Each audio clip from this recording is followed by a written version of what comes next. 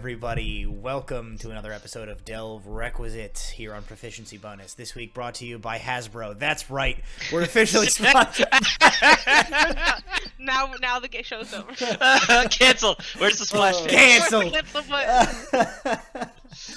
button. We're not sponsored by Hasbro. That's a joke that is sometimes the jokes are for us. And that is what just happened. I now want a Braum potato head. I want it. Somebody make it and send it to me. The greenest tater of anyway, this week we are in fact brought to you for real by Little Dragon Corp and Cardboard Castle Games. Little Dragon Corp is a Canadian-based dice company. You can get a link to their website right now by typing !Little Dragon in chat on I'm definitely pointing the wrong way. Yep. In chat, Little Dragon Corp. I get a link to their website. Check out their products. We've all got them. Here's my invisible green screen dice. Isn't chat below you? No, Chad is to his right. Oh, I'm on my phone. Don't You know, pointed 'cause I'm correctly in the first time. see, I'm on like the right. Stream Manager version, so it's See, for me, it looks me, like you it's- can't see it. it's For this me, way. it's below. or this way Jesus. rather. Doesn't matter. That was 35 seconds ago, completely off the rails. That's a new record. Hey, That's not a record. look at chat. Everywhere. Chat is all around you. Chat was the friends we made along the way. Anyway, you can get 10% off of some dice if you enter code PROBO when you buy some stuff from Little Dragon Corp, which I suggest you do to save our rapidly decaying state of sanity here on Delve Requisite. Sitting here for 40 minutes, didn't take out my dice. So, Cardboard Castle Games, !CCG in chat to get a link to Cardboard Castle Games. They are a brick and mortar tabletop RPG store located in the United States in the town of Evans, Georgia. If you are not local to Evans, Georgia, don't worry about it. They have a robust online website. You can purchase all of the nerdy little things that your heart desires right there, and they will send them to your house. So, thank you to Little Dragon Corp and to Cardboard Castle Games for sponsoring Proficiency Bonus. Now, let's recap. The Fools Errant, along with honorary fool for the past several sessions, Velza and Lianna, are currently deep beneath the city of Niviria, the capital city of Mithlinde, as it is under invasion by the Ignean Imperial Army. The city is currently being swarmed by, somewhere in the ballpark by the party's rough estimates, about 1,000 special advanced troopers that the Ignean Empire sent through the teleportation network in a very complex series of plants and turncoats planted inside the Nivirian transport network. The party was in the right place at the right time and has managed to destroy the entire transport network's teleportation circle in the heart of Niviria, keeping any further troops from entering, but the ones that are here have a very clear objective. Get to the king, capture him, capture Castle Mithlinde, and take the city. Right now, the party are trying to reconvene with the king in the Mithlindian Parliament House, where they have learned an inside coup is also underway.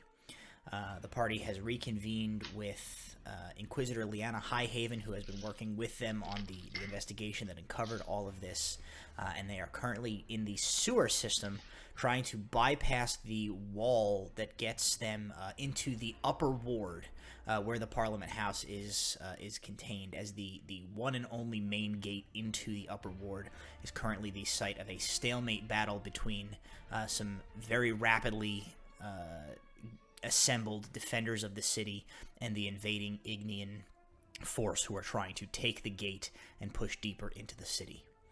The party, traversing the tunnels beneath the streets, found themselves in sort of a nexus point of sorts, where sewage drains and runoff pipes and all sorts of things convened in one large area, which had a big, huge central sort of like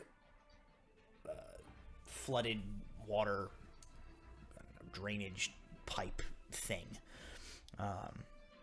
As they were circling the very narrow walkway around the room, party member Osrius was a little confused as he shared with the party that he was hearing something in his head. He thought something in the murky water inside the center of this chamber seemed to be communicating with him, expressing a displeasure at the blood running from the streets above down into the sewers, and attempting to entice him to come closer and to assist it.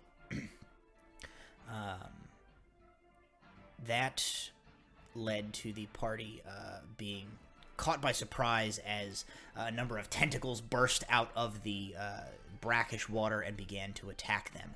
The party finds themselves fighting a large creature the size of a large hippopotamus or a small elephant, perhaps, with a humongous, over-wide, gaping, tooth-filled maw and several lashing, spiked tentacles.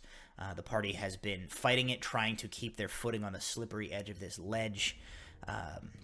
And when we left off last week, Walter had been grabbed, slammed into the stone ground on this ledge, and dragged into the water and down into the depths.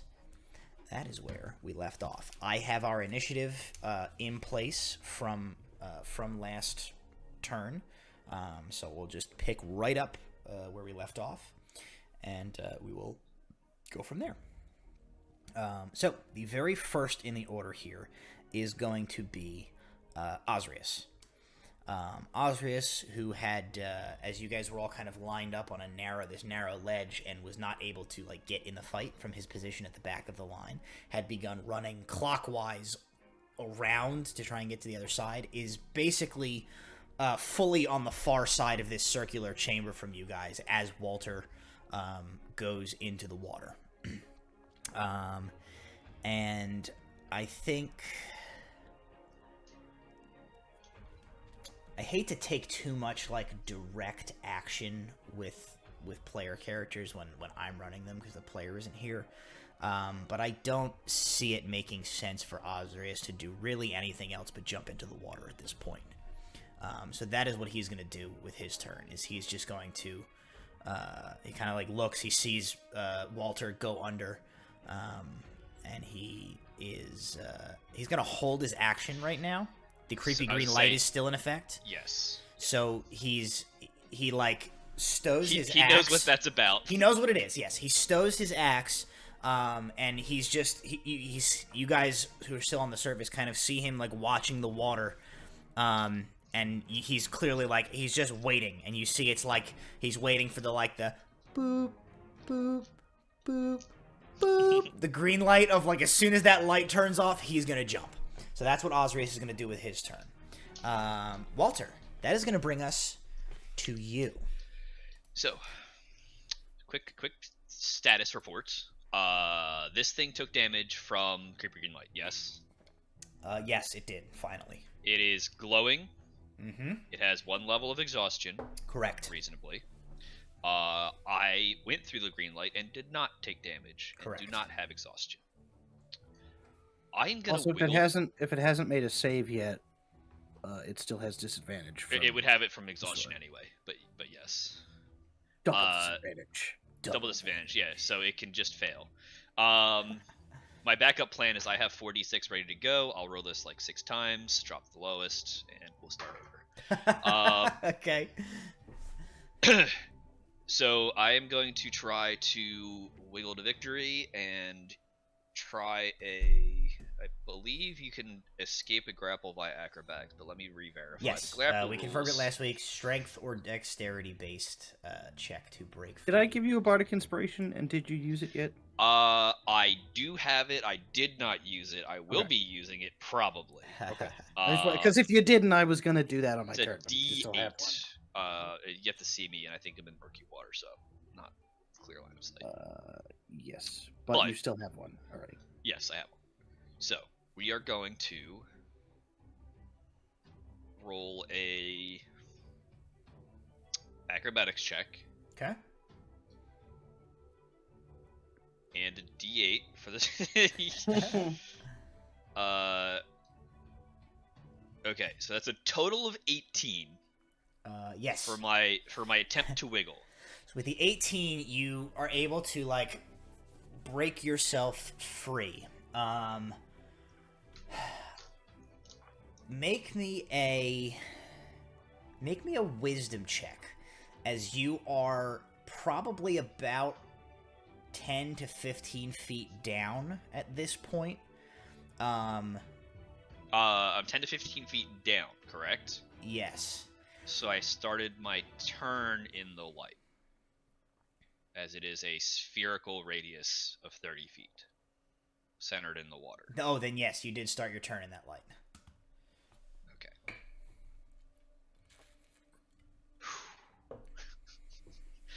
Let's see if I escaped by goldfishing or if I escaped by wiggling away. You just killed yourself. Well, let's see. We're gonna do a con save. So we'll do the con save first before the. Ooh. Failed that one. What'd you get? I got a natural 1. Oh, okay. So you definitely that's failed. a 3. So I definitely Okay, failed. So we're gonna do 4d10. Yeah, so you're gonna have to hit yourself with damage. Then you're gonna have to roll again on your escape roll because you're gonna be at disadvantage. So 19 points of damage. Ooh. I have advantage on maintaining my concentration. Sure. Do you want to though? All right, with advantage, it's a 12. What was the? It's half. Yeah, so it would be half or 10, Half or 10, whichever's and it higher. was total He 19. can still so use it would be a that DC D8 10 either again, way. right? Right, 10. Yeah. You can So- still use your so bardic You can inspiration. still use that So- bardic.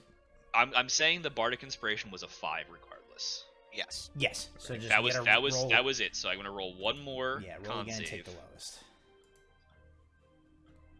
Ooh, yikes! That's a 6. So that's So you're. Oh no, hold on. My grapple escape was. I rolled a con save, not a. Well, you needed to roll your con. Did you roll your con save to maintain concentration? He hit the roll. He rolled the wrong thing. He didn't roll. You're saying you rolled a con save and not acrobatics? No, That last one? No, I have advantage on maintaining concentration. Oh, I guess I do have. So you took the damage. You're gonna make a con Hold on. save. Let me check. Let me check the logs. Jesus. All right. Okay. So, acrobatics check was 13 Right. to escape, but I forgot we started the thing, so I'm gonna ignore that.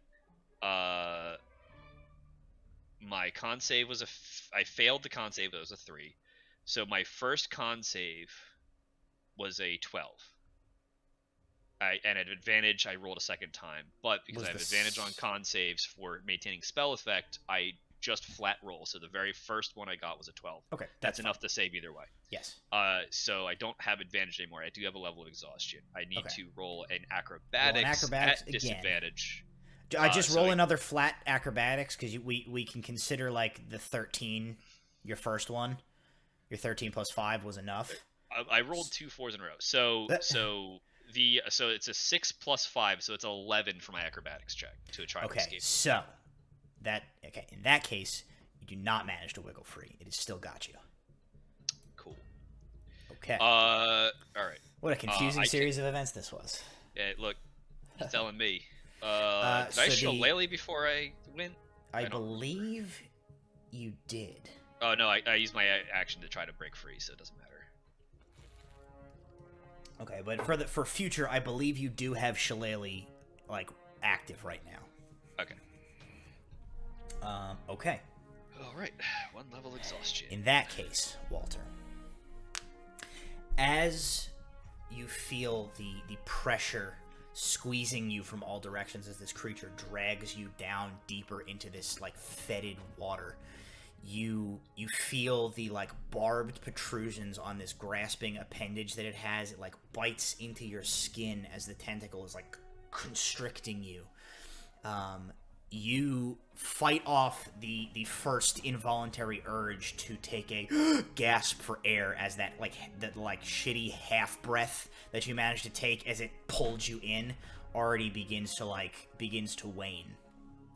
You feel your heart pounding in your ears, and each beat of your heart is accompanied by like a sort of a red and white haze which begins to creep into the corners of your vision beneath your tightly closed eyes. The haze spreads outwards and encompasses your field of vision beneath your eyelids, and suddenly you find yourself in two places at once. You are in the depths of Niviria's sewer system, fighting for your life against a creature attempting to drag you down to your death. And you are swimming a narrow, submerged shaft at the bottom of a mountain lake. You feel the rasp of the creature's tentacle, but suddenly you're not sure if it was that or if it was the brush of your arms against the narrow stone passage that you felt. You are standing in a darkened chamber alongside the corpse of a water naga. You're reaching your hand towards the surface of an obelisk that it had guarded for millennia, the power causing the hair on your arms and the back of your neck to stand on end as your fingertips get closer to the surface. You are thrashing against the grip of this monster as it pulls you deeper and deeper into the water, and at the same time you are hesitating, your fingertips inches from the surface of this long-buried secret. You are banged against the interior wall of this sewage pipe, and at the same moment, you place your hand on the surface of that obelisk. Brahm, above the water, the creepy green light is still on. You see the rapidly fading shape of that illuminated creature diving straight down away from you guys.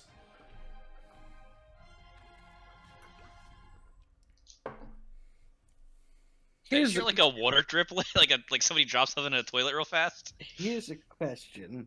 Yeah.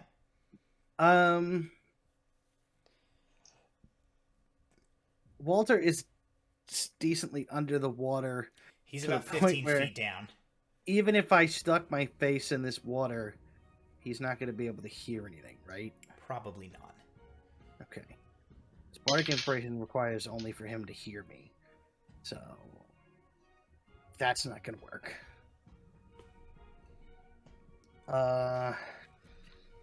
There's not really much I can do because I want to hold concentration on the fairy fire. Please do. You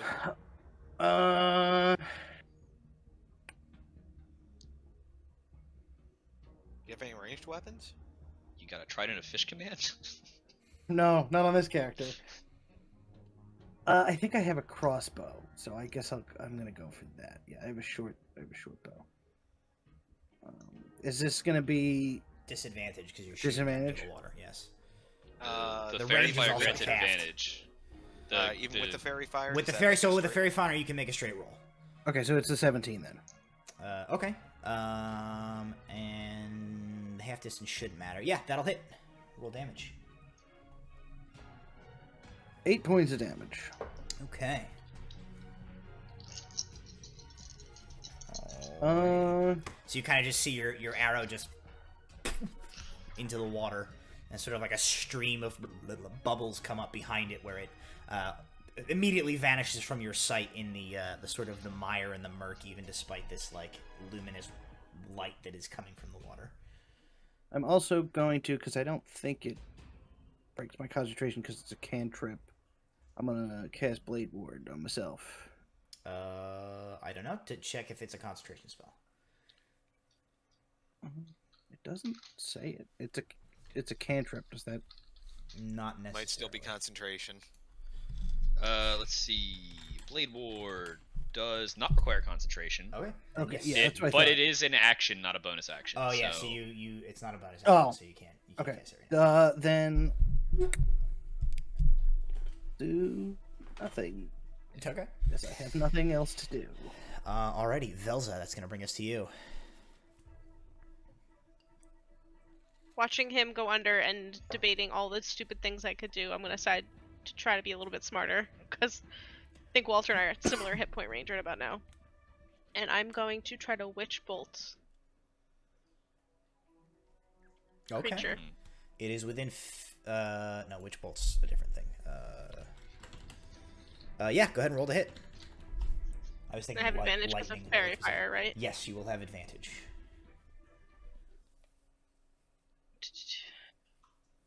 A 21 to hit. Yes, 21 will hit. And 4d12 damage. Whoo! That's a lot of damage. That's a lot of damage.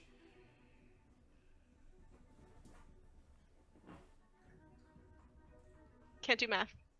This happens every week, sorry. 31 points of damage. Whoa! I got 2 12s in there. Okay. Alright. Hope that distracts it enough to maybe even get mad enough to let him go. I don't know. Your, this I'm the bigger crackling threat now. lance of energy lashes down, strikes into this thing's hide from where it is beneath the water. You see it kind of like writhe, the tentacles lash. You can feel the reverberation as one of them like slams into the side of the pipe that it's swimming down. It kind of like shakes it, and then the like beam of lightning snaps taut like a lasso attached to this thing. It still appears to be moving, but you, as long as you maintain concentration, you have your witch bolt is tethered to it.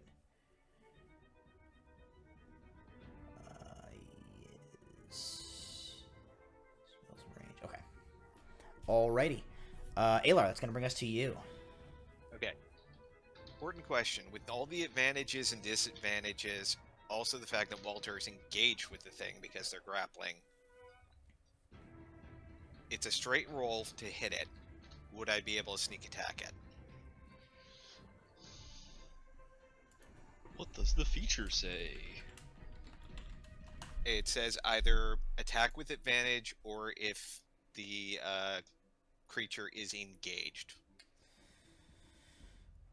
If another enemy of the target is within 5 feet of it, the enemy isn't incapacitated, and you don't have disadvantage. So it doesn't say that if you have advantage specifically, but if you don't have disadvantage and somebody else. So it would be disadvantage because it's in water. Yes. It would be negated by the fairy fire. Yep. Yeah, so I'd say sneak attack is viable. Okay, I just wanted to make sure. We'll see whether it's an academic question or not. 17? 17 will hit. Making death saves with 4d6. Can I keep that? I need it. 17 points piercing. Alrighty. You fire and your arrow sort of like the bolt goes into the water, disappearing immediately. A moment later, you hear a under the water. Walter, the first time when you touched that object deep beneath the water in the Naga's lair, the rush of images, thoughts, sensations, it overwhelmed you. Everything rushed by in a single pulse of raw consciousness that almost sundered your mind. The intervention of Maka and her unnamed companion is what spared you. Now you realize you are able to make out some of what you saw. You see a being cast all in shadow and darkness by a blinding, immaculate golden light. It towers over you. It is gigantic. Wings seem to unfurl from it, coalescing from the very light which prevents you from taking in the features of the figure. It reaches down, extending a hand as if to scoop you up in its palm. But you realize that it's not you that this being reaches towards. You see the figure of a man. He is unassuming and ordinary in stature. His back is turned to you. He reaches up and out, extending his hand to touch the fingertip of this divine being. And from that contact, a kaleidoscopic nova of light and sound fills your mind. You are being shown the past. You are seeing what has come before. A promise was made. A pact was sealed. You don't understand why or how you know that this is true, but there is no doubt in your mind of what you are experiencing. The group of you on the surface of the water, you can just make out the sort of fuzzily illuminated outline of this creature as it has, reached a depth of 15 or so, 20 feet. As that gurgling cry fades after Alar fired his crossbow, you see the creature, the movement, it still begins to get fainter and slightly smaller, but you see the tentacles kind of go limp and begin to just sort of drag behind it.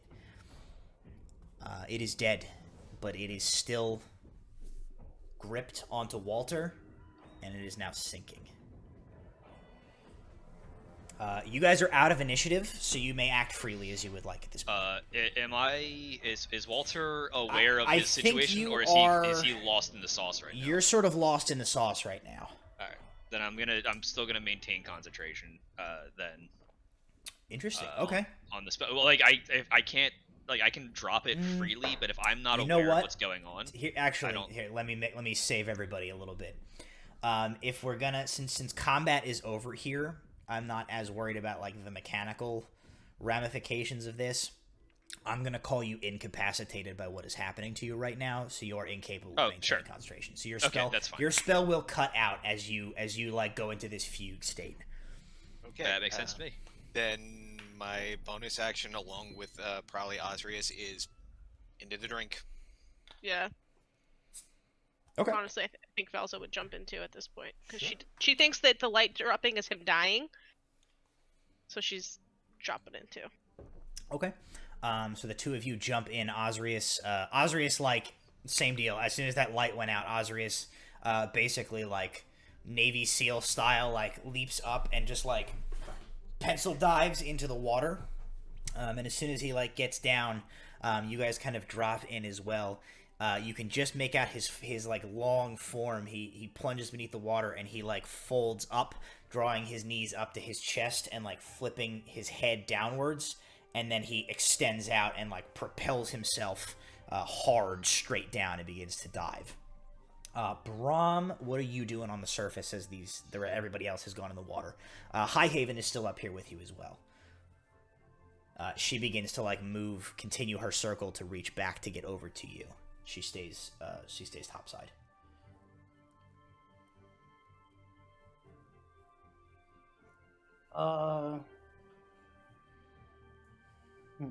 There is something I could do, but it's a question of whether I want to do it to myself or try and get in there and do it to Walter.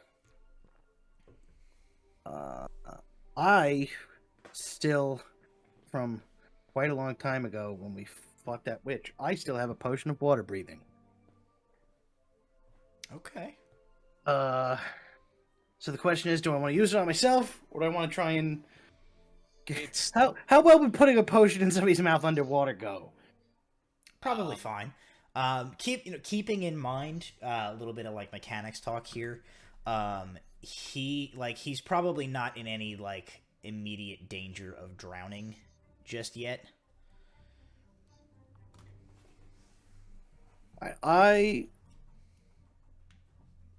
I've been underwater for 12 seconds. Like, Yeah, I'm gonna wait to see if they can get him first. Okay. Because if I don't have to use that potion, I won't. Okay. Also, if I don't have to jump in the nasty poop water, I won't. Alar, Velza, and Osrius, why don't you guys all make athletics checks to see how you do, like, catching up to this thing. 12. Okay. 18. Okay, and Osrius has a 19. So Velza and Osrius, like, propel downwards. Alar, they kind of are outstripping you a little bit. And you guys about close the gap to this creature, as it's not diving anymore, as it's just sort of sinking. So even weighed down and trying to swim, you're able to catch up. So you're pretty close. You start to close the gap to this thing. It is still visible only because Brahm is continuing to maintain the illumination. Other than like that, the sort of like vague light you can see. This water is like straight up brown. Pink eye for everybody, basically. pink eye on you, pink eye on your cow. So you guys are diving down after this thing. Walter. Oop, take my notes open. You find yourself standing in the middle of a boundless Garden of Eden. Lush green hills roll in every direction as far as the eye can see. Trees laden with ripe, perfect fruit dot the landscape. Creatures foreign to you, but peaceful and idyllic, can be seen grazing, taking flight, or leaping from the crystal clear waters of a nearby lake. You gaze out at this scene, and it is paradise. From somewhere very, very far away, someone calls your name. Walter Gray.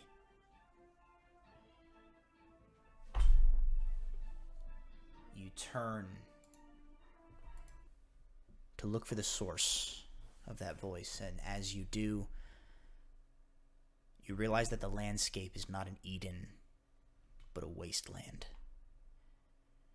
Brown, dead hills, barren stone, bones blackened and twisted into impossible, towering, non-Euclidean monoliths stretched towards a blood-red sky streaked with black clouds. You hear a crack, and a dead tree snaps, the massive trunk lurching and falling towards you.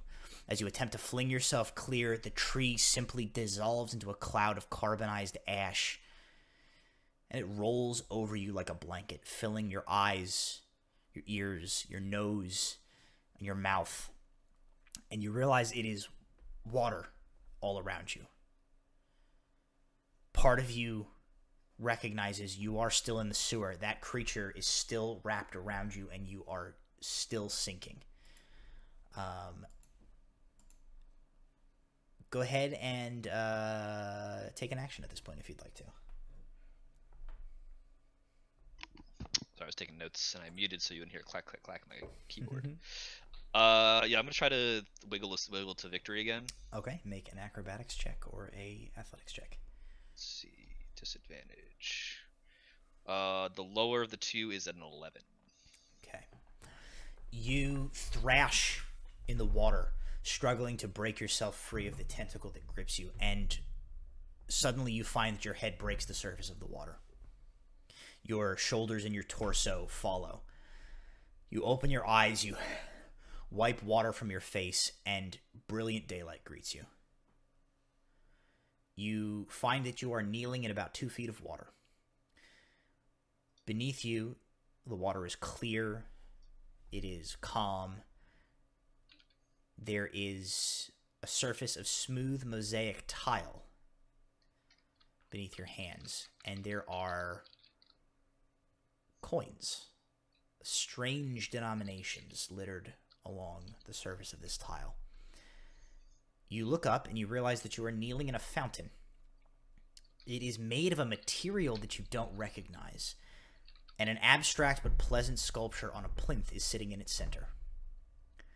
Looking around, you see that you are in a small plaza on a hill overlooking the most magnificent city you have ever beheld. The buildings are perfection. Fantastical, impossible, and awe-inspiring in their architecture. You see entire portions of the city are literally floating hundreds of feet in the air. Entire neighborhoods, parks, massive, incredible cathedrals, all orbiting one another in a perfectly choreographed harmony. A city, it seems, made by the gods themselves to be a utopia. The sheer physical majesty of it threatens to overwhelm you. And then you feel a presence behind you. A hand gently placed on your shoulder, and a figure presses against your back. It is soft and feminine, but strong. Your nose catches the scent of soot and oil, the smell of ruby after a long day at the forge. But as the arms wrap around your torso to embrace you gently, you see that they are not the strong, scarred arms of your wife. They are slender, porcelain white, and perfectly unmarred. Walter Gray, open your eyes. Open your eyes. You look up and away from the slender fingers clutched around your chest just above your heart, and you see ruin. The magnificent city is gone, and in its place there is nothing that could recognizably be called civilization. Destruction, fire, sky-high pillars of putrid black smoke, and a sundered world is all that stretches out before you. The gilded streets are gone, replaced by rivers of blood. The glorious cathedrals are mountains of bone and sinew. The floating neighborhoods and parks, they are segments of the very planet beneath your feet, heaved skyward and caught in the rage of some sort of a spatial distortion. You stare upon the aftermath of the apocalypse. Your vision goes black. Alar, Osrius, Velza, go ahead and make another athletics check for me as you dive for Walter.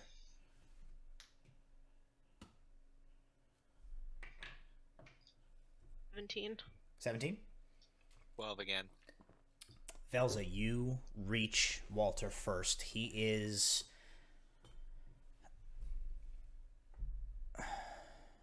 moving when you reach him. Mm-hmm. So you can tell that he is alive.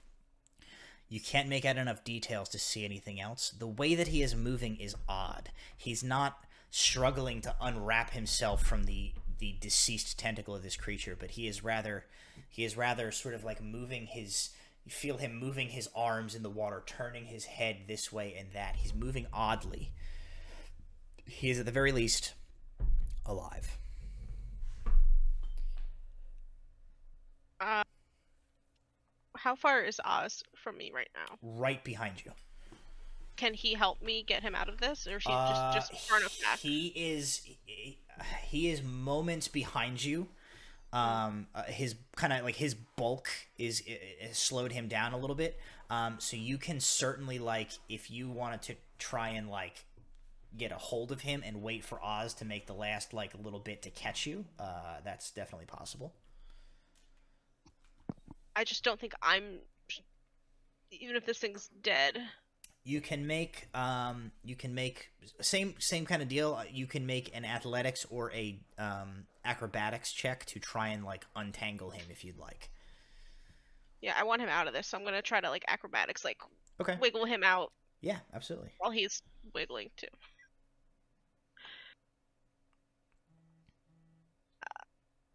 19 total. Acrobatics. That is successful. So you manage to like, you kind of just get your arm in and sort of like loop around this tentacle and pull it free, and Walter just sort of comes loose in the water and is kind of floating, and you're able to like wrap him and grab him. Okay. Kind of like I'm gonna grab him, but I'm also trying to like push him back up ahead of me, like Sure. kind of like past the Walter to Oz, and then just keep ushering him back up, and I'll start swimming You up shove too. him up. You kind of start to swim. You kind of pushing him ahead of you.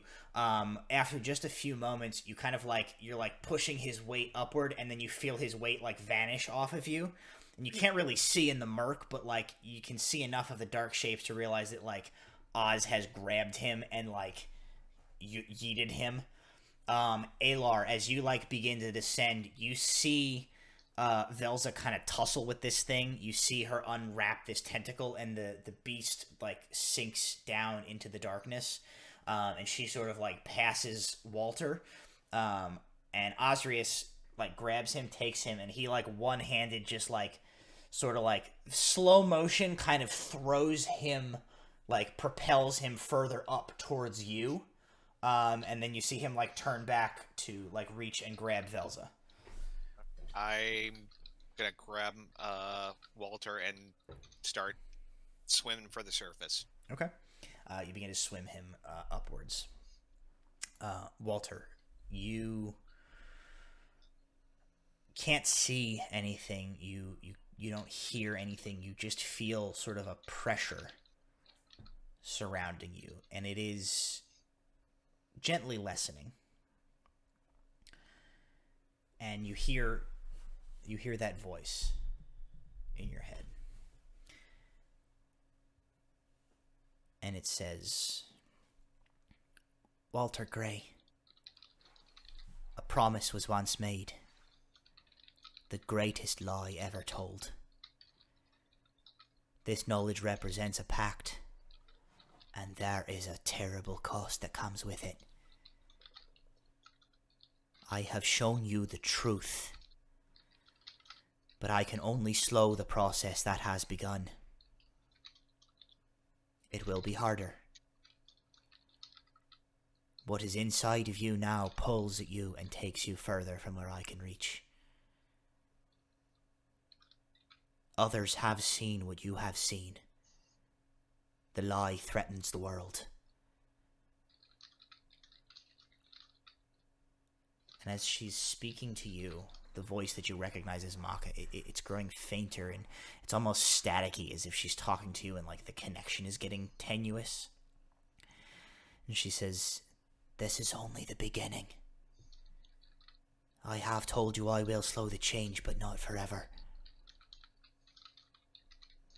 I am of the darkness, and I only have so much power left. Seek the light. Seek the dawn. It is your only hope. And you feel her presence leave you, and you are in darkness once more. Walter, make me a Constitution saving throw. At disadvantage.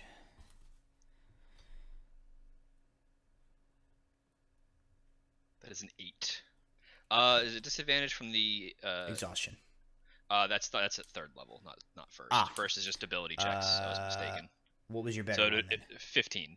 Okay. First one was a 15. Either way, no problem.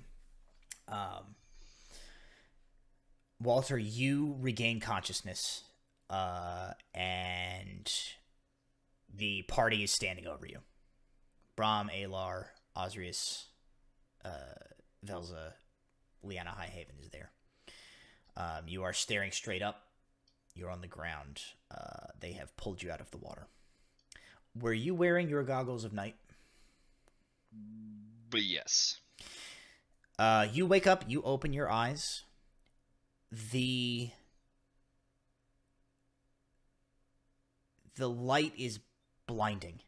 It burns your eyes as if you had like woken up from like a long sleep and stared directly into the sun. You have to shut your eyes from the like overabundance of light. And for the rest of you, Walter like regains consciousness, and immediately like recoils.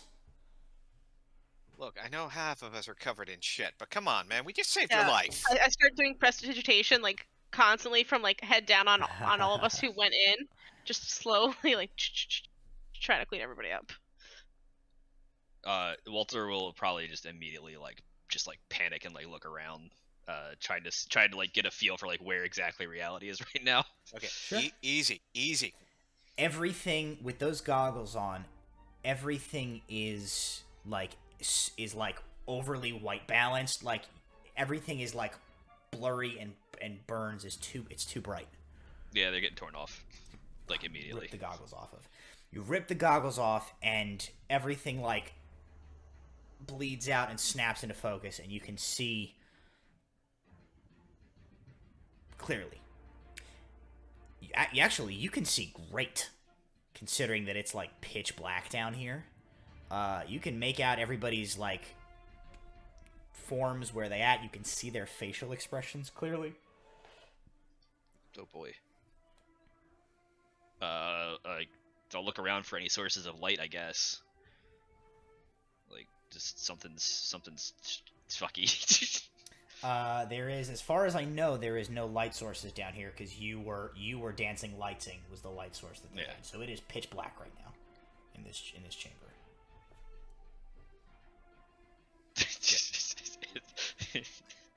Okay, can you stand? As long as I'm here, I guess. All right, come on. We got a king to save. I'll try to And stand I'll up and haul him to his feet. figure out what the hell is going on. As we finish as we get him up, I just finalize the final prestidigitation on like all of our like shoes. Like, and you see her kind of like deflate, like, oh, that was disgusting. He's just gonna pat Velza's shoulder. Thank you. I just pat him black, like, yeah. Okay. When did this chamber get so bright? What is it? How long was I down? I was just like, I can't see anything. I'm gonna just shove the goggles in his general vicinity and hope for the best. You hear him kind of like fumble for a minute, and he like puts on. Says, I can see, but I feel silly. Oh man, you look great. You do. Seriously. What do you mean you can see clearly? I don't know. The rain's gone. Oh. I say I I had am to. this close to shoving you right back in there. I'm gonna go drown myself now. New character. Bye. No, it's. Hold on. I gotta try something. I'm gonna cast dancing lights and see what happens. You cast the dancing lights. It doesn't necessarily hurt your eyes like the night vision goggles did. You can see in the light here. For the rest of you, as the illumination comes up in the chamber, and those of you those of you relying on dark vision are kind of able to see clearly as like color returns to everything. You see Walter looks different than he did when he went into the water. My God, he's got a goatee! He has grown a goatee. Oh no. He has pink eye. No. That's why I started prestidigitation up here, okay? Although, Anybody, he'd be the one who wouldn't get the pink eye because he had goggles on. Yes. he is. His skin is kind of paler and like waxier than it was before. But his eyes are what catch all of your attention. Pupil, iris, sclera, they're all gone. In Walter's eye sockets are now two completely black voids. It's not that his eyes have turned black, it is that there is like an absence of anything where his eyes should be inside of his skull. Well, do me a favor and face that over that way. Face away from me. Alar lets out a particularly rich curse draconic. So Walter, you may add this to your character sheet. For mechanical purposes, you now have superior dark vision. You now also have sunlight sensitivity. Hooray! It's a Christmas miracle. Alright. Jesus Christ. Boy. We're gonna need to figure this out, but I don't think we got the time to. He already right wears now. a hood 90% of the time anyway. Let's Is something quiet. is something Alar upsetting just about my face? Looks around the chamber and tries to take a guess again of which one might lead up and toward the fight that we were trying to get to. Make a survival check. God, I'm rolling 12s all over the place. 12. 12. That's good enough. With a 12, you are fairly confident of like the pipe that is sort of northeast-ish of like where you entered this chamber, which is the vague direction you want to head towards where you know the Parliament building to be. That one. And Alar sets off, and he's just muttering curses in Dwarvish, Elven, Draconic, just variations on what? If nobody's explaining to Walter what exactly the problem is, I'm going to continue to act as though there's no problem. Remember 20 minutes ago when I suggested we turn Oz into a sky bus, and everybody said that was too overly complicated? Well, we ended up down here fighting a horrible tentacle monster, and now Walter has an ocular condition. I mean, everything looks great to me. Brom will pull a hand mirror from somewhere on his person. Be I like, was waiting until we got I was gonna out wait of this till mess. later. Yeah. I don't know if this is gonna cause like the universe to collapse in on itself, but look at this mirror. I guess what do I see? Do I see my fucking void sockets? Yes, you do. Oh boy. I think as you like look at yourself, you see like from like the like one of your like tear ducts, just like a sort of like a rivulet of like black, almost looks like ink, just like kind of leaks from the corner of your eye. Oh boy. Oh no, the mirror is getting hot. Huh. I'm gonna cast Disguise Self on myself and look like regular Walter again. Okay. See if that works. Temporarily. Like, can I disguise? Can I hide the void? Yeah. Hide the okay. void inside. All right, let's go. All Disguise Self. So like you show Walter this like nightmare that has like occurred to his face, and he like stares at the mirror for a few seconds, and then just like casts some magic at his own face, and he's like, okay. I'll process this later in therapy. this is an hour from now problem, not a right now problem. Yeah, this is a if we live through this. Yeah, Alar is climbing out through that pipe. Velz is right behind him. Just so done with this adventure.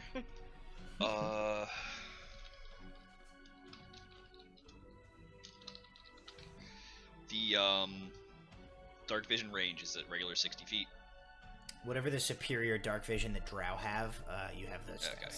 which I think is 120 feet. I'll take a look. Okay. All right, you guys follow Alar's lead and make your way through the tunnels. Everybody, as a group, make me one final survival check.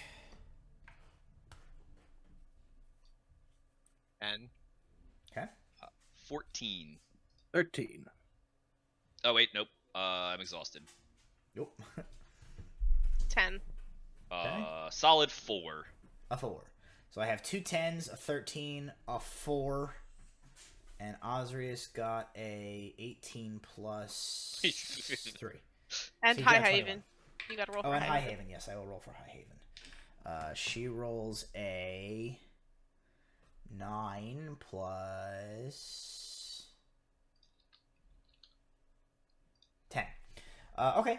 Not a terribly complicated check. Mark was a 10 there, so most of you did succeed. You guys managed to kind of feel your way through the tunnels here using your kind of instinct of your direction of like which way kind of north is and which way you were heading, to make your way steadily like northeast-ish towards city center. And after a little while, you begin to try to like make your way up, and eventually you come to a pipe that slopes up, and you sort of like you have to like kind of crab crawl your way up this pipe, and you reach a grate similar to the one that you ripped up and descended through. I guess the question would be who is in the front here and who's gonna deal with this grate. Probably me. I want to get a quick glance out and a quick listen for, do I hear people speaking Ignean? Aren't there elves in armor pointing weapons at us? Basic questions. Sure. Make a perception check.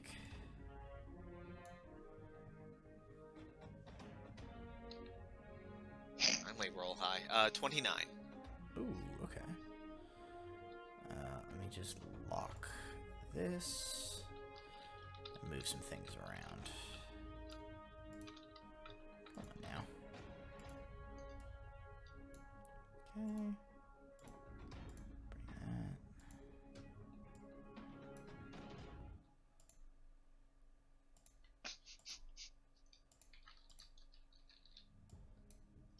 Sorry, I just had a realization. Oh. Yeah, no, it's an out of recording realization. Okay. So you guys can check the map here. I have sort of updated the positions of some stuff. The blue dot you'll remember is where you would know the king to be, or the light blue dot. The dark blue dot you know is the Ignean defenders holding the gate. The white dot is the Ignean invaders, and the purple dot is you guys, the party. Alar, you kind of like poke your head out. You can't really see anything from the inside of this grate, but you can kind of hear to your right. It sounds like maybe a few hundred feet off. You kind of hear the sound of like, not necessarily full-fledged combat, but like there's definitely commotion going on, and you hear the kind of like clink and clank of armor and things like that. You hear the sound of the like the commotion here. You definitely still hear people speaking common with like the Niviria, like a Nivirian accent. So it's not like a bunch of you don't like give a listen and it's a bunch of French people up top. So like it sounds like the Mithlindian defenders are still in place up here. Okay. Yeah, I'll give it one try. It's gonna be hilarious, but I'll give it one try to Okay. try and pop the grade before I give in and have Oz try it. Good old Plan C.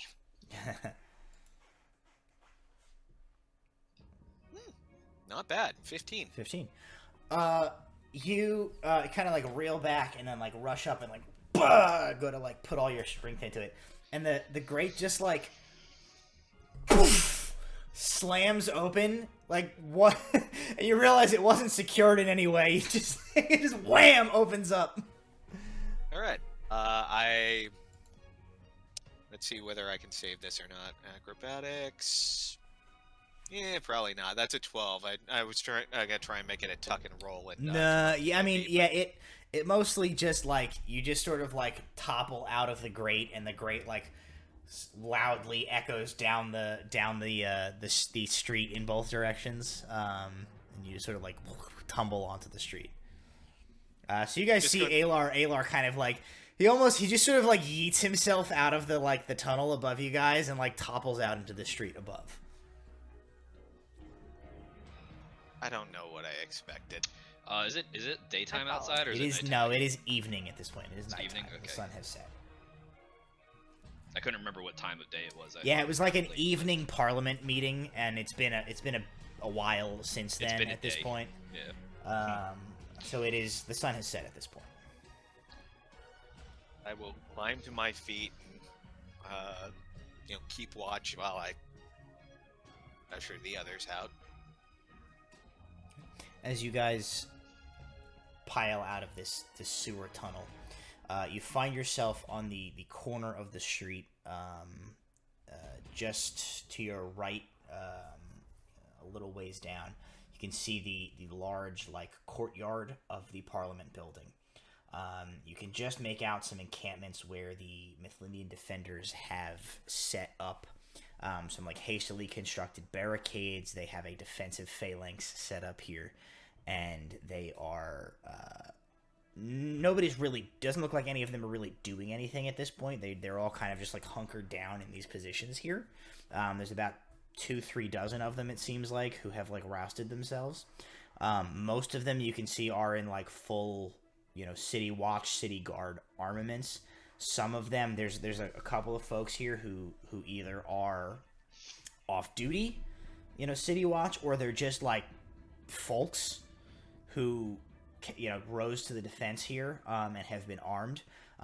There's a handful of people kind of milling around these barricades just in street clothes, unarmored, just sword, crossbow, whatever they were able to get their hands on, defending this courtyard.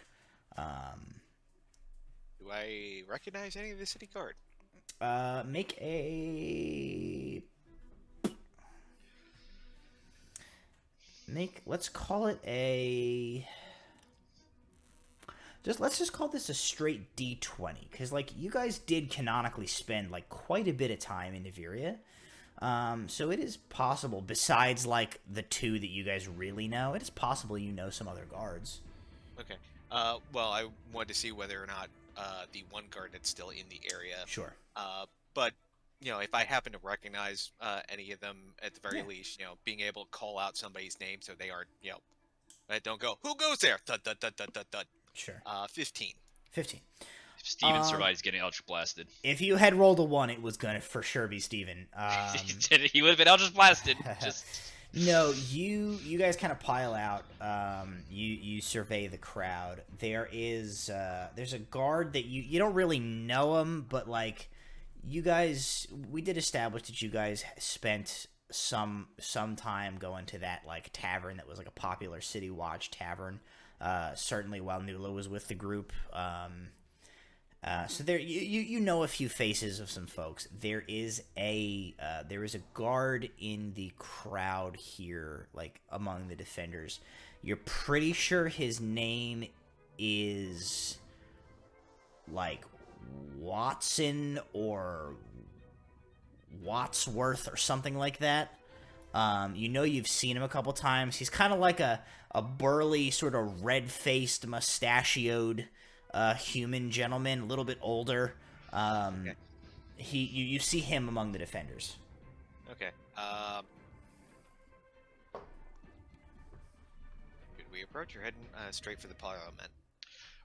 the area surrounding the grate we came out of, is that cobblestone and Yeah. otherwise structured, or is there Yeah, you're in the upper ward now. This is paved street for sure up here. paved everything? Okay. Yeah, everything's If there was a way to cover it with dirt to prevent easy following, I would have done so.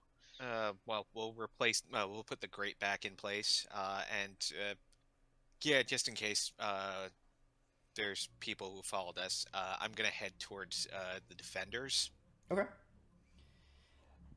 Osrius kind of turns as you guys sort of have this discussion, and Walter's looking for loose stone. And he takes his axe and he turns it sideways, and he just like smashes the flat of his axe into one of the hinges on this big grate and just like mashes the metal flat, and he goes, "It's locked." Good man. All right. That's fair.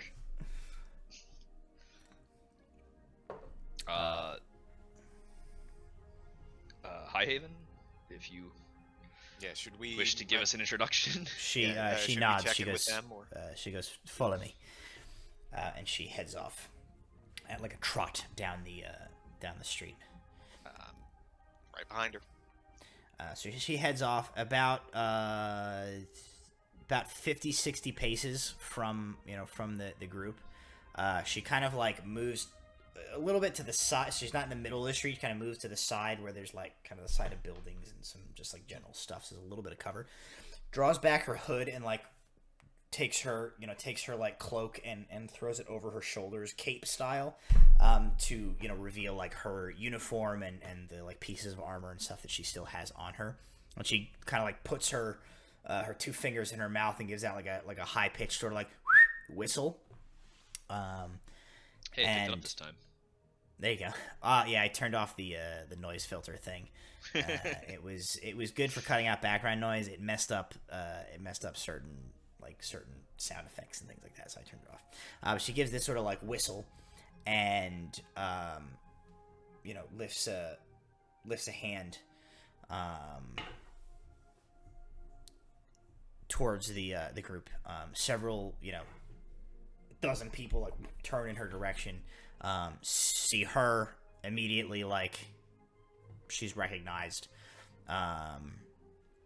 and the one of the guards who seems to be somewhat in charge gestures towards like a little group of buildings, and says, he calls out, he says, "My lady, around there, around the back, and come in this way. They've posted a few sharpshooters with longbows on some of the adjacent buildings. Safer to go around."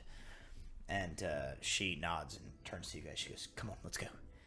Okay. As we pass, Alar is going to toss 2 coppers toward Wadsworth. For what I owed you! He'll make a dexterity. He sort of like catches them, and he takes them and just gives you like, kind of snaps you a salute, and he calls out in response. He says, "Ha! I'll give you a chance to earn it back, assuming we're not all dead by the morning." I look forward to it. You guys kind of like loop around some cover nearest to the gate and get around to the back, and Lianna Highhaven leads you up to that individual that she had that exchange with. As you guys approach, she says, "This is a captain of one of the guard outposts for the Upper Ward. This is Captain Merrick. He's taking control of the defensive situation here." And the group of you approach. She says, "Captain Merrick, how goes the defense?" And he kind of looks towards the gate. He says, "Well, my lady, the high ground is serving us well for now, but there are more of them than there are us, and we are cut off from reinforcements as the palace has been locked down and the Parliament building is still contested. We will hold them as long as we are able." And she nods and she says, "I understand, Captain." She kind of looks around. She says, "We will make for the Parliament building with all haste. Is there..." She kind of like looks at the group of you. "Is there anything any of us can do to aid the defense before we move on?" Short of tearing up the ground, I don't. This is all too paved for me to help with. But There's a gate there, like that. Is there a metal gate that is blocking, or is it just people's bodies blocking them from coming through at this point? So they have the gate. Like the gate is open right now, There is a gate there that can be closed. Right now, they have like a barricade set up that they are defending, because it's keeping the attackers from like approaching right up to the gatehouses and the wall and the big steps that lead up to this. So they have like some guys set up in encampments on like the outside of the gate, but you can clearly see from this position like they are prepared to fall back and like shut the gate if they start to lose ground. Right now they've been repelling looks like they've been repelling some like prodding forays up this, essentially this choke point. Oh, go ahead. Reach into my stuff and I go, if you have to drop the gate, jam this in there too. And I hand to Captain Merrick the immovable rod that I took. He kind of takes it and he looks at it and he's like, I don't. And if you push that button, he points it right at his right at his face no, for a second. I knock it away. If you push here, and I just take it and I touch it to the wall, and I hit the button and I just let go, and have it just chill there. It's immovable rod. Go ahead and pull that as hard as you can. Yeah, go ahead. I was going to call it a sticky piece of metal, so that's a better name. And he it sort cannot of, be moved. Just tugs on it. He hangs on it for a second. He goes, and he saw you do it, so he pushes the button. He goes, I see. And just as an experiment, he oh god, holds it in front of himself and pushes the button and then lets it go. Mm-hmm. And it just hovers. It just stays positioned in midair, attached to nothing in front of him. And he goes, fucking magic. And he clicks Walter's gonna kind of lean into it and say, that's how they almost captured the station. They used it to keep the rock from dropping, and I pocketed it so they couldn't take it back. He takes it and he says, this is very good. I'll make sure it's in position that if we have to fall back and seal the gate, we can put this in place. It will hopefully buy us some time. And he sort of gestures and he says, as long as they're preoccupied with trying to force their way through this single choke, they don't seem to be expending resources searching for other ways into the perimeter of this wall. He kind of points, says, we can defend this gate. I don't have enough men in here to defend every inch of this perimeter wall. Speaking of, be on the lookout for any Ignian soldiers that look like this, and ALR will cast Minor Illusion and make a slightly smaller looking static image of the engineer. The guy with the backpack? Yeah. Yes. Walter will just kind of do that and then just disguise self again as the guy with the backpack. Okay. As just a life-size. Is that the guy that I blew up? Yeah. Yes. They have. This part explodes. Yeah, they have charges. They were examining rebuilt portions of the wall to see about places to blast through. So if you have any sharpshooters and any of them are sighted, fire arrows with fire in them.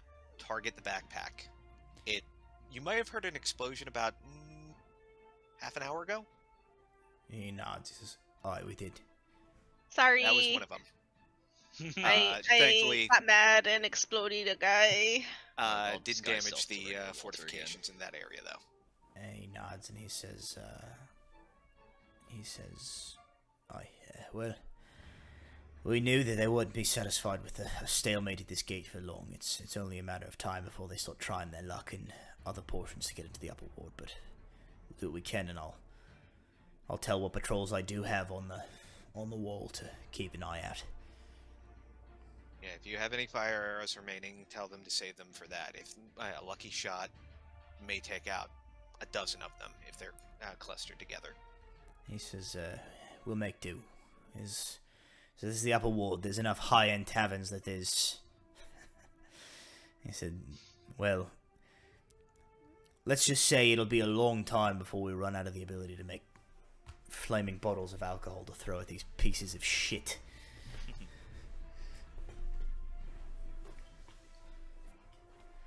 And he says, but last I heard, the king and his king's guard are dealing with their own problems in the Parliament building.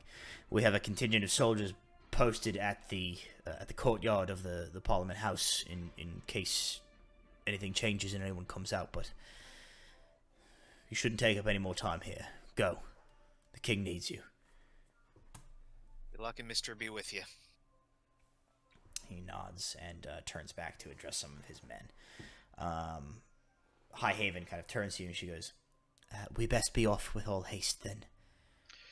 As we walk, I'm going to fish around my bag for like potions of healing. I'm just gonna, like down 2 of them as we're walking. Okay. So.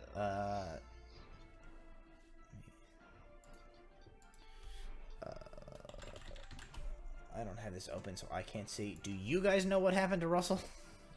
He had to step away for a second. Okay. All right, no problem.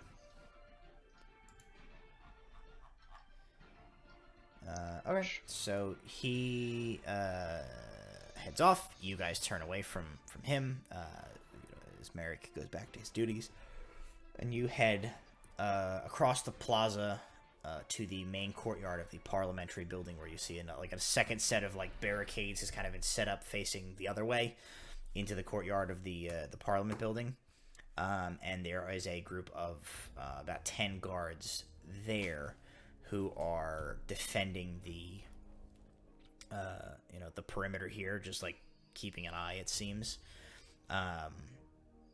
You can see there are a bunch of guys on the other side of the courtyard, like at the main front doors to the building, that they have also set up a barricade, which appears to be made of a bunch of like desks and like furniture and things that have been pulled from somewhere within the parliamentary building.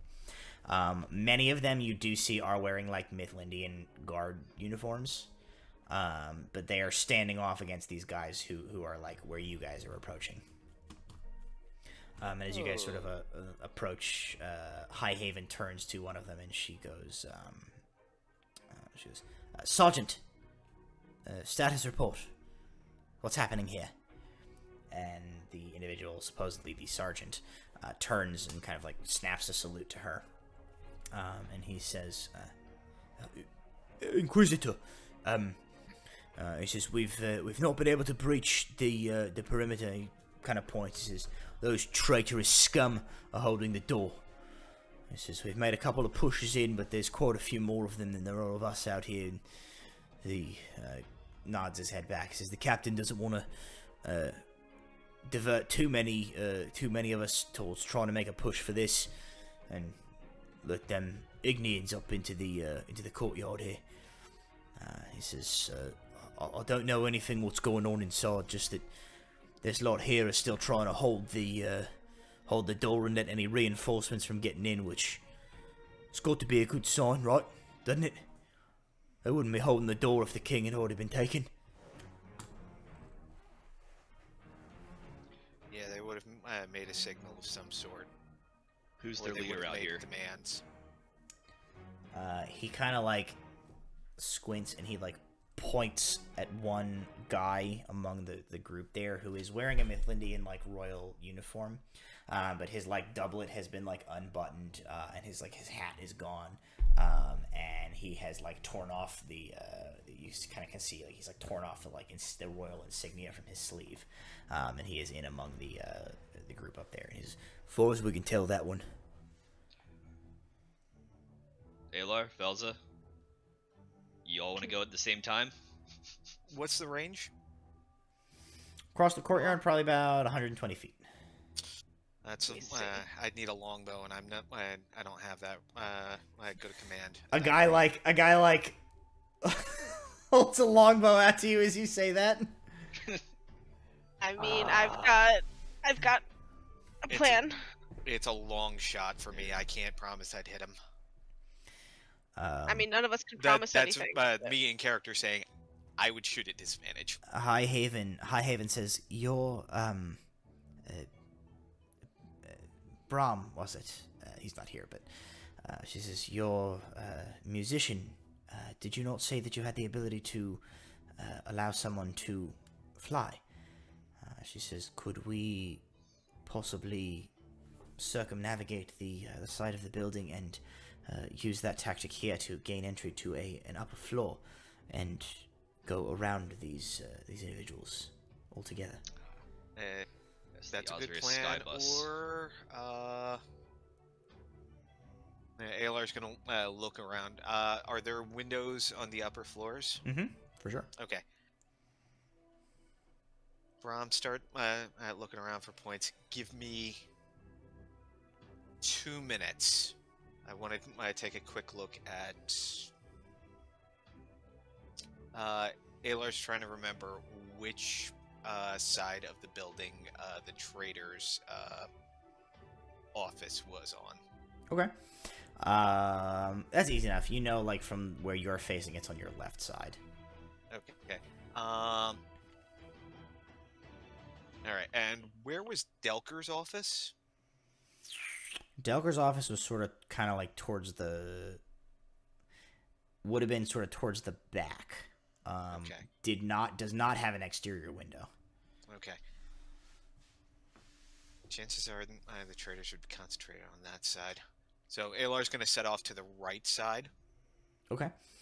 As you begin to set off, one of the guards yells out. He goes, "Down!" And I will take cover. Okay. Everybody make dexterity saving throws for me. 21. Okay. I'll roll for Brahm since he's still missing. Yeah, got an 18. 6. Alrighty.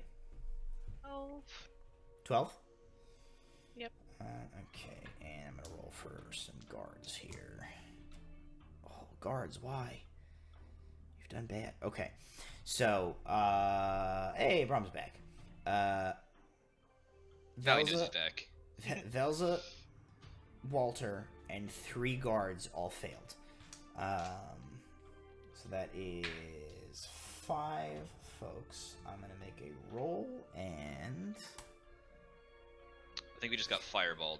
No, one of the guards who is at the at like this barricade is not quick enough to react. A volley of arrows comes launching from the front of the door of the courtyard as these guys like fire off.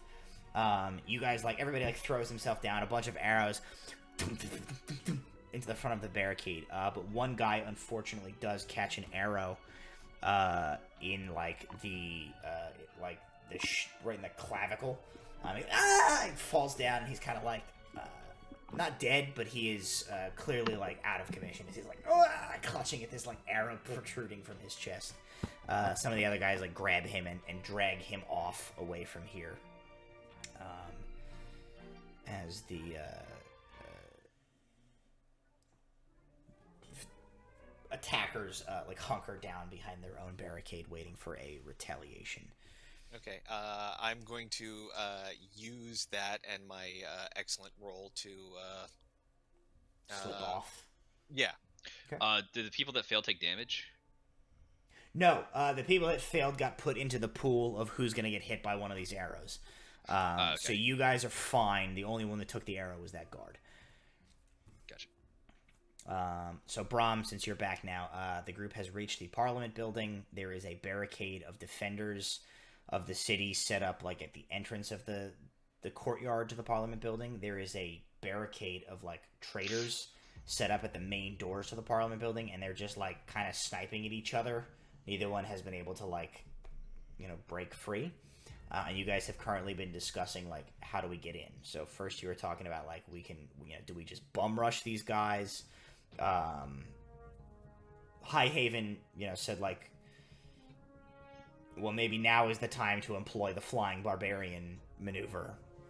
And Alar has just kind of run off to see if he can't find like an upper story window or somewhere that he thinks you can get access to the building.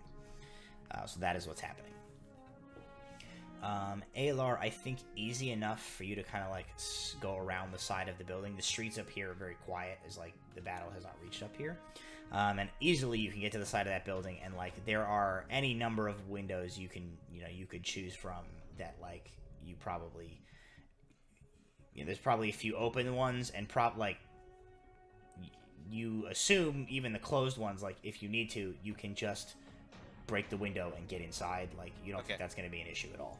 I'm gonna look at one of the open ones. Any movement? Any anybody taking a shot at me? Make a perception check. Perceive this arrow to the face.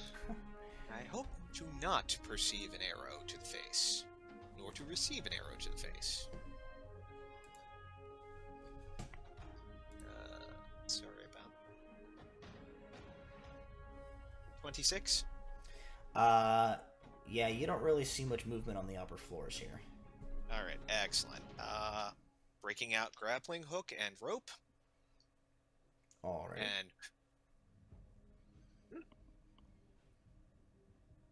Let's call this a ranged attack. Go ahead and roll to hit. okay.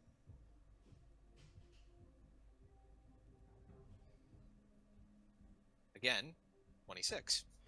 Yeah, you managed to like hook that grappling hook onto a third story like window ledge.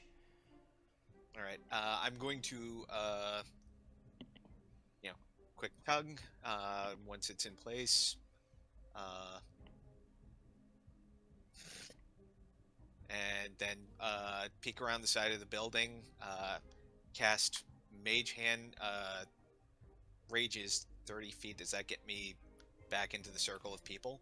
Probably close-ish to them. All right, then behind a bush, Sure. so it doesn't the defenders can't Yeah. see. There's going to be a glowing spectral hand that's doing.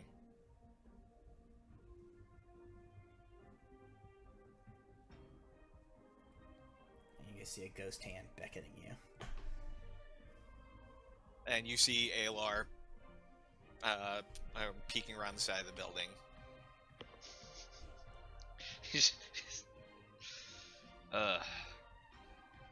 Well, he's got a way in.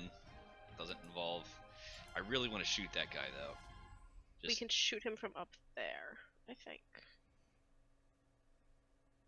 Is where Alar's at blind to where the defenders are? Yes, so imagine the building is, you can see how the building is kind of like M-shaped.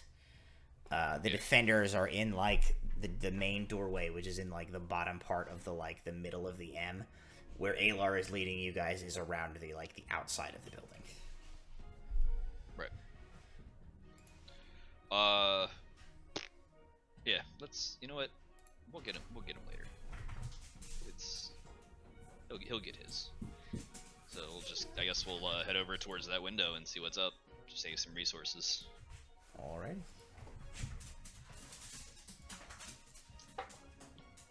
That's amenable to everyone. You guys can make a stealth check if you'd like. It's only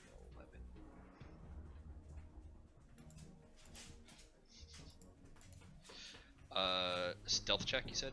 Yes. How's a 22 sound? Sounds great. Yes. The 11 was my 46 I was rolling for my second attribute.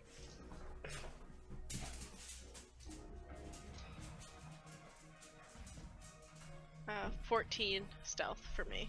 Alrighty.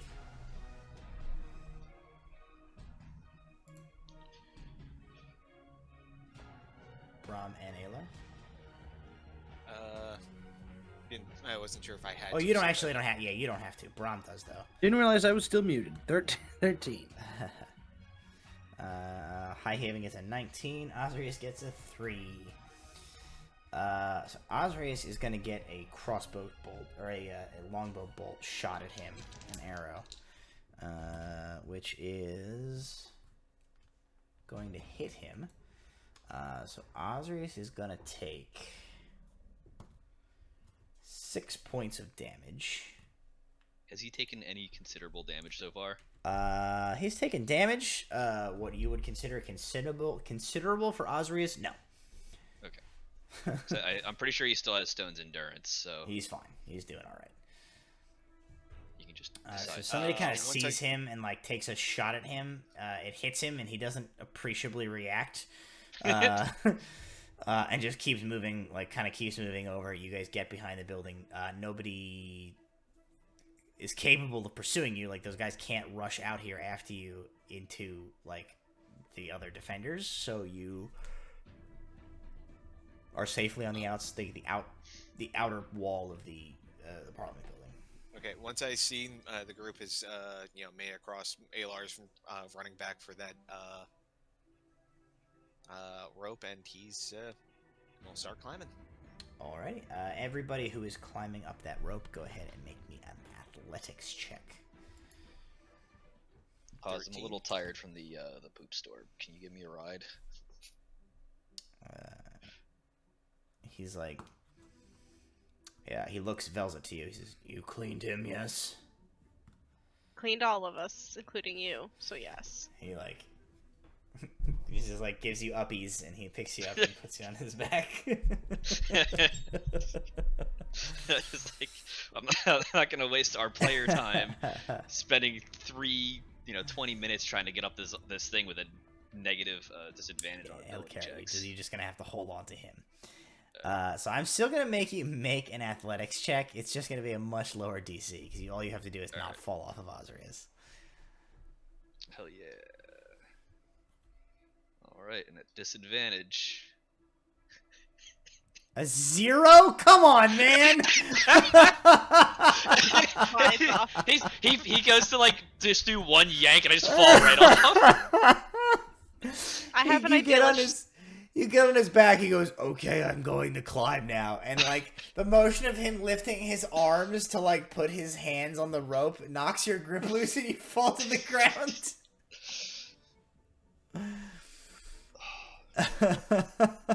So you don't take any appreciable damages. The comedic effect of you falling from the top of Oz instead of from the top of a building is quite fun. Your ego is taking a critical hit, though. Just tie the rope around you after we all get up, and we'll pull you up. How's that? And I start climbing I'll up. do my best. Was that a survival check to tie a rope? No, Osrius just ties the rope around you. He's like, ties you. Osrius and Highhaven both make it successfully. What was Walter, Brahm, and Velza, your guys' checks? You mean me? 13. Or Alar. Sorry. 7. 7? Yeah, great. Okay. 15. And 15. Okay. Brahm, you get about 2/3 of the way up. And you lose your grip. Make a dexterity saving throw. Oh, God.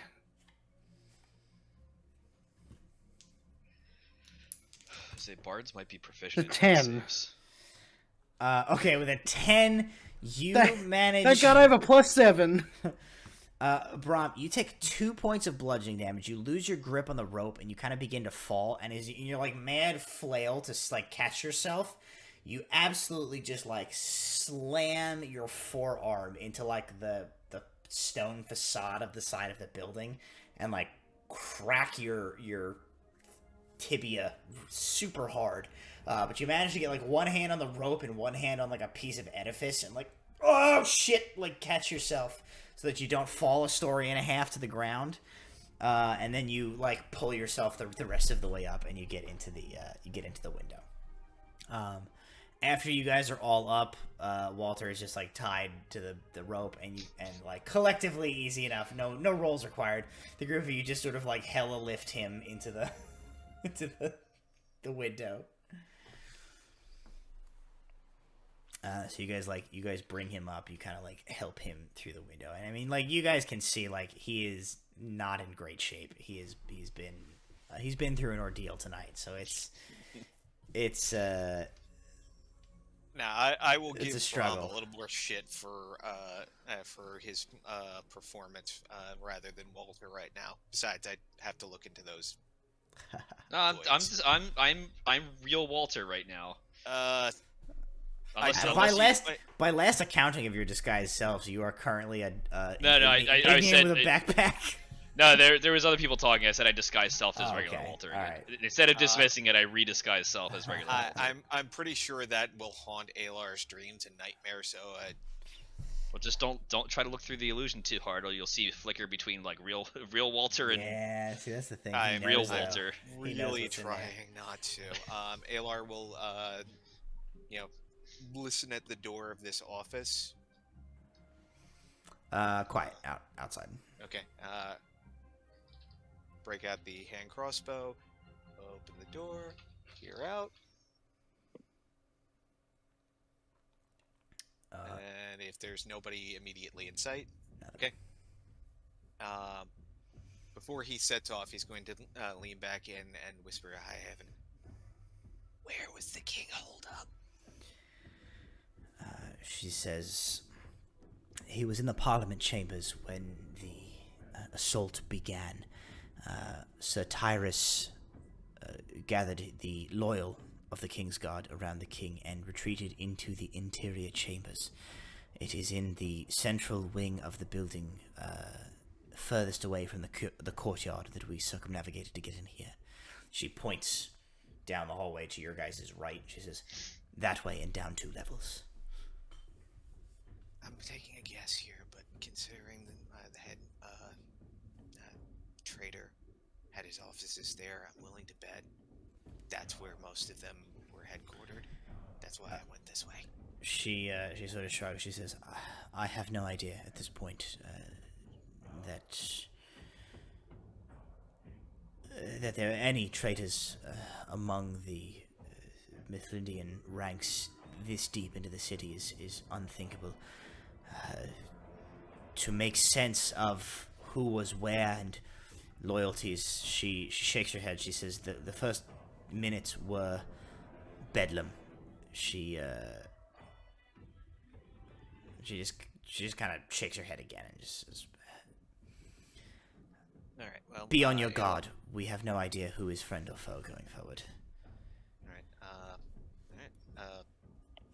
Weapon at the ready. Alar will head off quietly, at least as quietly as he can. Okay. Everybody make a stealth check for me. Ability checks are at 13. disadvantage. Oh, my lowest was a 13. My highest was 16. a nat 20. Plus 2. Okay. Oh. 12.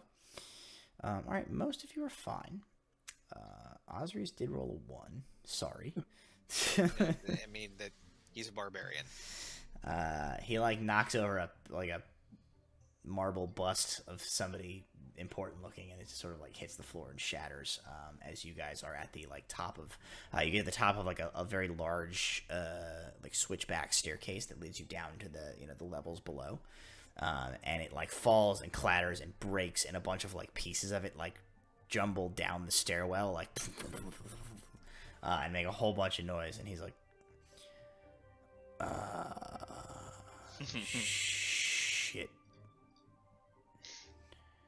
Okay, us. They were gonna know we were coming anyway.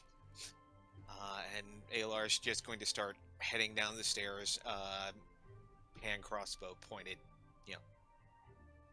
downward, and basically, assume if he sees somebody, he'll. Okay. Unless it's Sir Luthor, he'll take a shot. Detective Shane O'Leary knows what's gonna happen. So actually what happens is you guys begin to head down these first sets of stairs. You get halfway down towards the landing between the 3rd and 2nd floors, and you hear footsteps coming up the other way, and you hear muttered voices, and one of them is saying, "Are you sure you heard something?" And the other voice is, "I'm positive. Sounded like somebody, I don't know, knocked a bag of marbles down the staircase, something. Someone is up there still." And the other one is in the process of saying, "There's probably just some sort of scared secretary or something up there." And the first one says, "Come on, man. It's 1494. Secretary, come on. Administrative assistant, don't be a dick. Sorry. Everybody's so PC these days. It's not PC to give people common respect. Secretary is basically a derogatory term. And you see the two of them, like, coming up the stairwell. They have not noticed you yet. Alar's, whichever one was said secretary, he'll take a guess. Alar's like, he's right, and he's gonna just pistol whip the. I'll give you guys a surprise round against these guys, if you would like. I'm not gonna have you roll initiative because I don't think it's gonna matter. You can just do all of you can do whatever you want to do. So that is a can we dirty tell 20 if to they're hit. traitors? It's the important. Are they traitors or defenders? Like, I can't tell which one they're. Are we operating under the assumption anybody that's wandering is a traitor? I'm gonna leave that to your guys' discretion.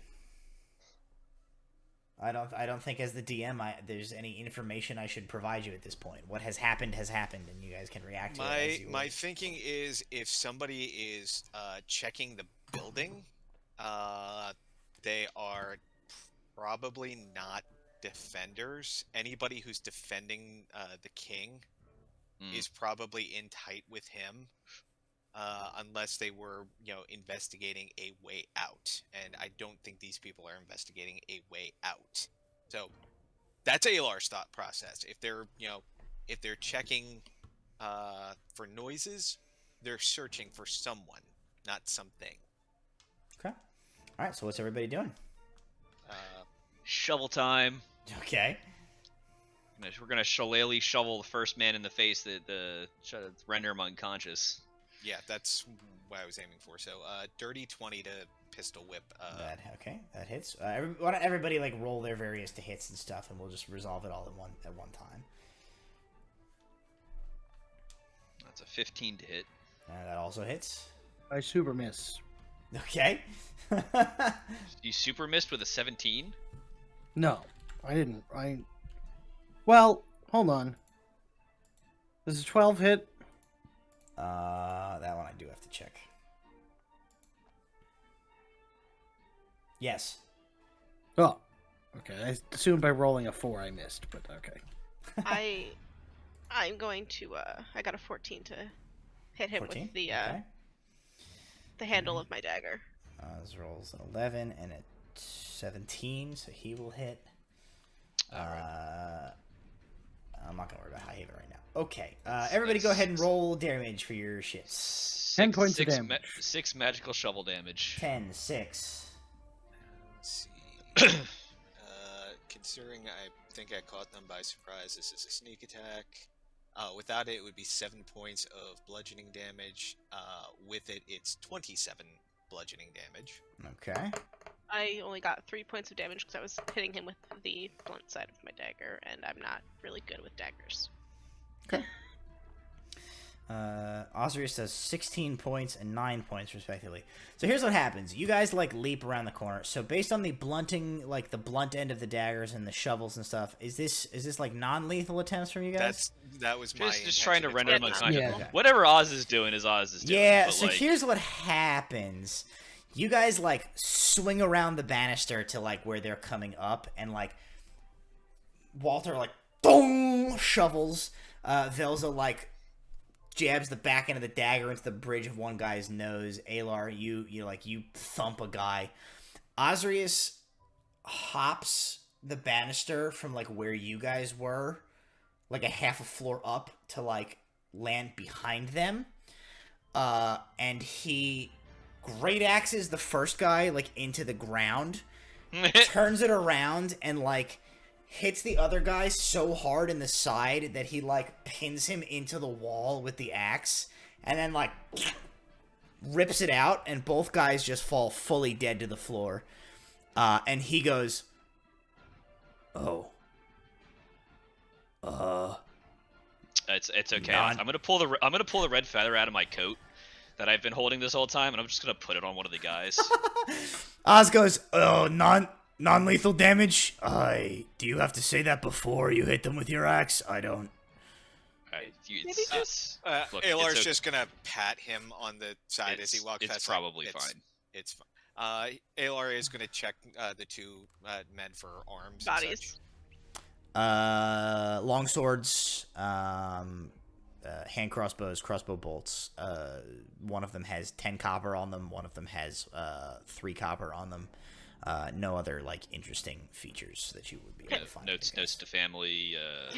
No, yeah, one of them does have a wallet with like one of those fold out things, and is like pictures of his like 30 kids. No, they have none of the sort. One of them has like a. He has like a membership punch card to like the local branch of. Mics, dirty mics. No, I was trying to figure out what the high fantasy version of like QAnon was. They're shitheads. They're giant shitheads who deserved what they got. Is what I'm trying to say to you. I was just gonna ask, did they take off all their regalia and stuff? Or are they kind of like the guy we saw up front? They were a little ruffled up, but they were wearing like Mithlinde guard uniforms. Alar's going to gather up their arms and wrap them up in one of their cloaks because the defenders might need extra arms and equipment besides bolts is bolts. Okay. He'll hand one of the hand crossbows to Highhaven. This might be a little bit easier to wield in close quarters. She'll take it and load a bolt. She nods. So what are you guys doing? You're now on the landing of the second floor. One floor down is the main level of the Parliament building, and you know that there's like an atrium that leads to the main, the main Parliament chambers. I'm gonna check with Highhaven. Is there another way in besides there? She says not from this floor. No. Of course not. All right. Down we go. All right, everybody, make another stealth check. Russell is not doing a bit. His computer froze. Oh, he's frozen. Started. Oh no. Brom just decided to go. Oh boy. My stealth check was 25. Welcome okay. Back. Highhaven gets a. We're stealthing. But it's a ability check. So I got a 7. Highhaven, where's your stealth? Stealth check, bro. Highhaven gets an 11. Osrius gets a 10. Okay.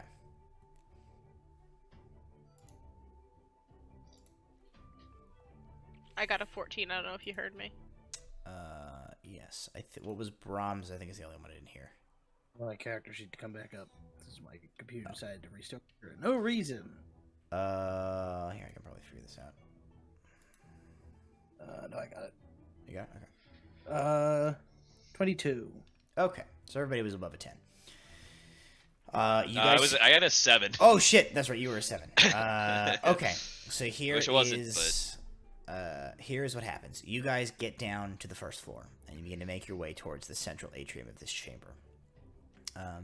And as you arrive, you run to the central atrium. You see that the main doors that lead into the Parliament chamber in the center of this building are fully one of them is fully off the hinge and 30 feet across the floor, where it's been hauled out of the way and just thrown against a wall.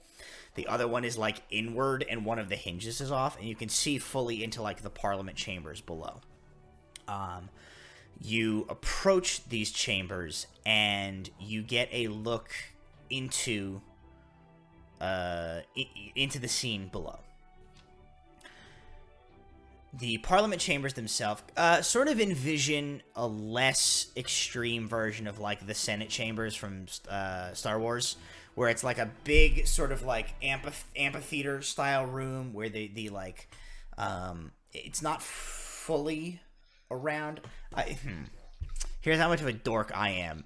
What I am describing is the Senate chambers of the real world, like United States, I've or watched, like a couple episodes I of imagine. C-SPAN. Hold on, let me turn on C-SPAN like the real fast. U.S. Senate, or like friggin' like the chambers in like, oh, I don't know, the United Nations. But no, I went for the Star Wars reference like an asshole. What is? Half amphitheater, you know, with a central like platform for the like presiding members of the parliament to to sit. What you see is that the parliament chambers are in like full disarray. The chairs and tables around which like delegates and members of parliament would sit have been uprooted, tossed aside, smashed. There are bodies like everywhere, draped over desks, in stairwells, in aisles. From what you can tell from your immediate perception of this room, the initial outbreak of like the violence here was just chaos. As you know, the fighting started and everybody was wearing Mithlindian uniforms. So there's just like there's no rhyme or reason to like the chaos in this room. What you do see is that there are two distinct groups of people who are still, like, alive here. One group, or I should say, realistically, one individual, is at the very far end of the room from you guys. Between this individual and the group of you is a group of, let's, at your quick glance, you would say 15, 20 maybe individuals. Some of them are wearing like full armor. Some of them are wearing, like guard uniforms. Some of them are like just seems like they were in like formal like attire that like a page or like just a working person here would wear. But they are they're armed. And they are standing facing off against the back of the chamber, the like platform, tables, podium area where like the, you know, whoever's like conducting the parliament meeting has been like fully just like demolished and is now just like a blank kind of flat stage covered in rubble. There is a set of like double doors in the back. You see that like a number of bodies are littered in front of these doors as if like a skirmish has gone back and forth trying to like take this last choke point. In the doors that flank this like open stage, you see there are like a couple of guys who are like kind of behind the doorways, like looking out. You know, like there are some defenders in there, but out like on the open stage is one lone figure. And that figure is has a gilded longsword like planted into the ground in front of them, and you can kind of tell they're they're sort of leaning on it.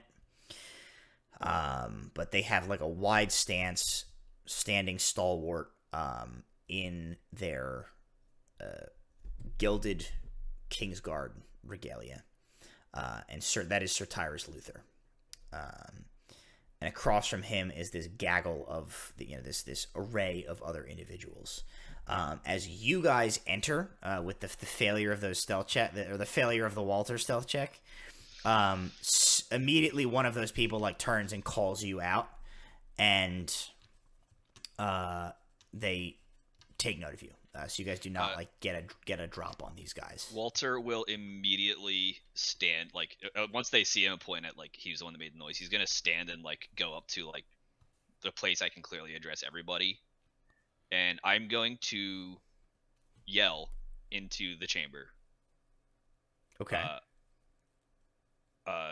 Sir Tyrus, we succeeded in stopping the invasion. We're mopping up now. One final push and these traitors are done. Make a deception check. That's a hard deception check. Yeah. But I want to demoralize the defenders, so or the bad guys, so.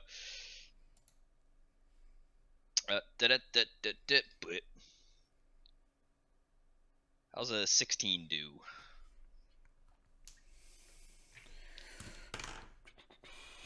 With a 16, you see kind of like a ripple goes through this group arrayed in front of Tyrus. He doesn't necessarily react right away. He's kind of standing there. The individual that you gather to be in charge kind of like turns and he addresses the group that's with him, and he goes, Seto. And he pulls something from his his doublet, and he holds it up, and it's like a egg-sized stone, it looks like. He goes, still in communication with the attackers. Clever try, though. And he... Oh, we just wanted to identify who you were. Fire for effect! He sort of like puts it, he like goes to put it away, and he goes, not really gonna matter to you in a matter of moments, as you're all gonna be dead. I beg Can to I? differ. Can I? What's up? Firebolting his ass. You can roll initiative, as you don't have to Over him. drop on them, so like they are ready for you if you go to attack. That's fine. Is initiative an ability check? I think it is. I think so. I think it counts as yeah. So yeah, my initiative is a 10. Okay. 21. But we've 23. successfully identified the people we need to attack, so it's just 21 as well. I Task think, Rob, failed you have successfully. protect me. Okay. Alar, what was yours? 23. 23. Okay. Osrius gets an 11. Oh, no. Highhaven, why? 11 for Oz. Highhaven has a 1. I'll be back momentarily. Sir Tyrus Luther will roll. This guy will roll.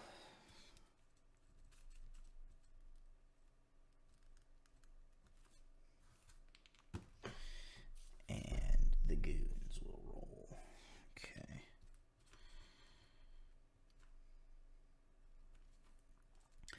All righty.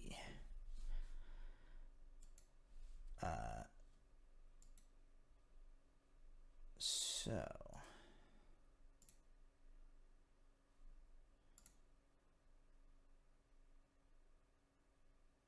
Oop, I don't hear anything. What's happening here? Anybody saying anything? No, I turned the battle music back on. Oh. There we go. Hang on. There we go. So, this guy, you kind of call out. Walter makes his bluff check. That guy, whoever this guy is, calls your bluff. And you guys like, before the inevitable like monologue starts, you guys are like, "Fuck off!" and you prepare to fight. And they are ready for you. So like the half of them sort of whirl towards you, and you guys prepare to square off against one another. You see from the far side, Tyrus Luther kind of like, and heaves this longsword like back up into a fighting stance and prepares himself as well. And as you stand this group in between yourselves and Sir Tyrus, and where you know the king to be, and the two groups of you prepare to square off against each other.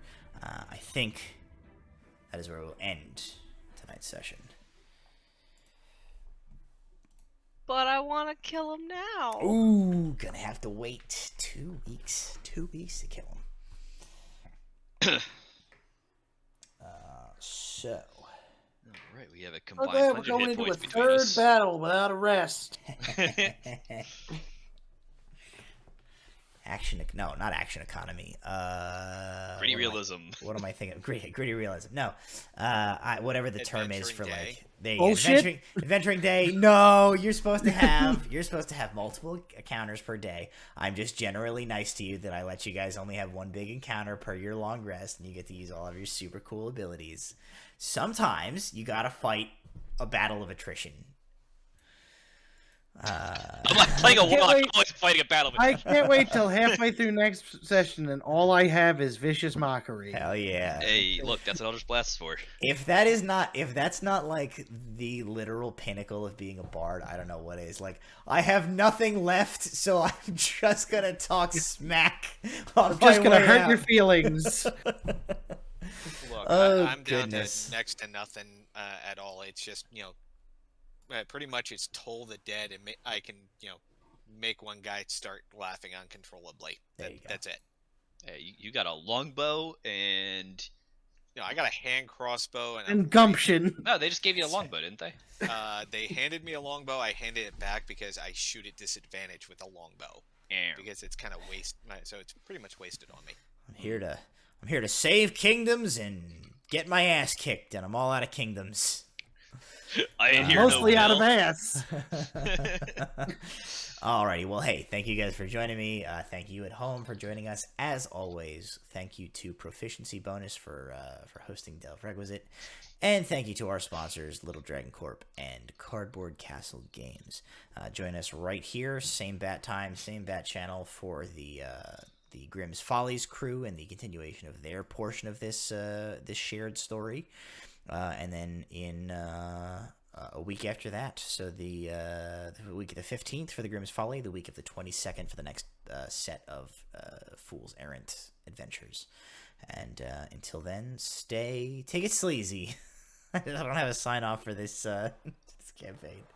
Well, it's definitely not that. Oh, but isn't it though? Anyway, we will see you next time. As always, we love you. Bye.